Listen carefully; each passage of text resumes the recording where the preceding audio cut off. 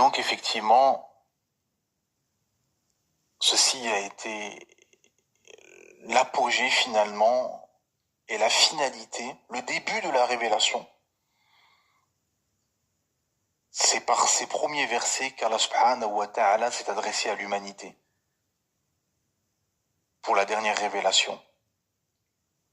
Lis au nom de ton Seigneur qui a créé l'homme d'une adhérence. Lis ton Seigneur est le très noble, qui a enseigné par la plume, a enseigné à l'homme ce qu'il ne savait pas.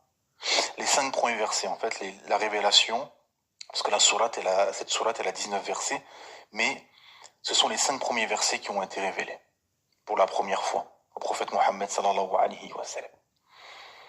Ça a été le début de la révélation, mais ça a été la fin et la finalité en apothéose de cette retraite spirituelle et de méditation. C'est-à-dire que des mois avant, le prophète Mohammed sallallahu alayhi wa sallam s'isolait de plus en plus, allait en retraite spirituelle, allait dans la grotte, dans les hauteurs, méditer sur la création. Qui a créé tout ça?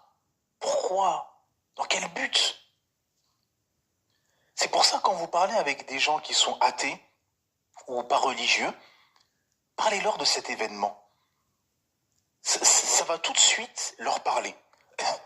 Parce qu'aujourd'hui, surtout dans notre époque, et surtout, surtout en Occident, qui est un peu le camp de concentration de ce capitalisme sauvage et de ce matérialisme à outrance, surtout dans ces contrées occidentales, les gens ont de plus en plus besoin, ça s'est accentué, ça s'est accéléré depuis le Covid et les confinements, les gens ont de plus en plus envie de se retirer, de sortir de tout ce brouhaha, de cette brutalité, parce que vous savez, ces sociétés modernes sont brutales finalement. C'est brutal. Le monde du travail, la circulation, les murs, le béton, le bruit, la pollution, l'essence, le bruit des moteurs, les lumières partout, les publicités, les écrans, enfin c'est brutal pour l'âme. On s'en rend pas compte. Mais quand vous faites une pause, finalement, vous apercevez que sur une journée, vous prenez beaucoup de coups. C'est brutal. Sans parler des coups psychologiques, que ce soit au travail, dans les vies de couple, dans la société, etc.